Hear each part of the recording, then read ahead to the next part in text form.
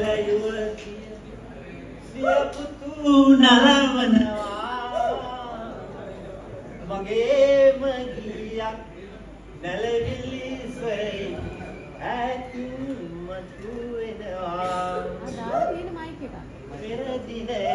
මා පෙන් කල යුවතිය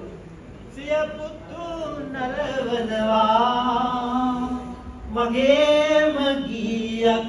නැලවිලි ස්වරෙන් ඇතින් මතුවෙනවා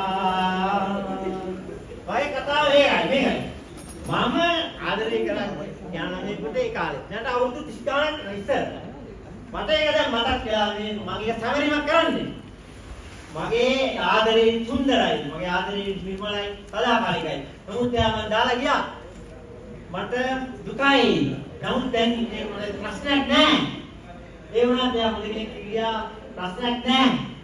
ඒක මම දැන් අත්සමරනවා මම කතාවේ කෙටියෙන් කියන්නේ මම ඒක අද මට ඒක සමරනවා මම මට දුකයි නමුත් දුක වුණත් ඒක මම මේ තමනාදාට මම ඉදිරියට කරනවා ඒක මගේ දුක ප්‍රකාශ කරනවා ඉතින් මම එහෙම දැන් යා ගියා දැන් යා එකේ ගිහින් ඔබ පෙම් කරනා ඔබේ කුමාරිය පෙර දිනයක මා පෙම් කරනා තන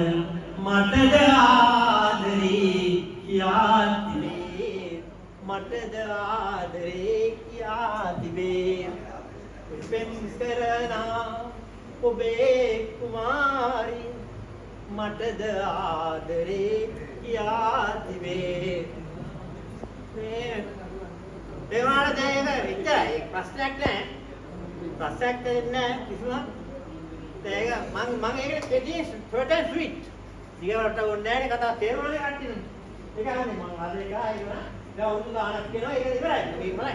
ඒක මම කෝච්චියේ ගියා ඒ කාලේ මහනුවර ඉන්න කාලේ මේ මහනුවර දුම්රිය ස්ථානයේ මේ පොඩි කීල කර කරලා මේ ටික මේ මහනුවර දුම්රිය ස්ථානයයි වේදිකාවේ තිබෙන මන්දගාමී දුම්රිය මාතලේ වඩා පිටත් තියෙන්නේ එම දුම්රිය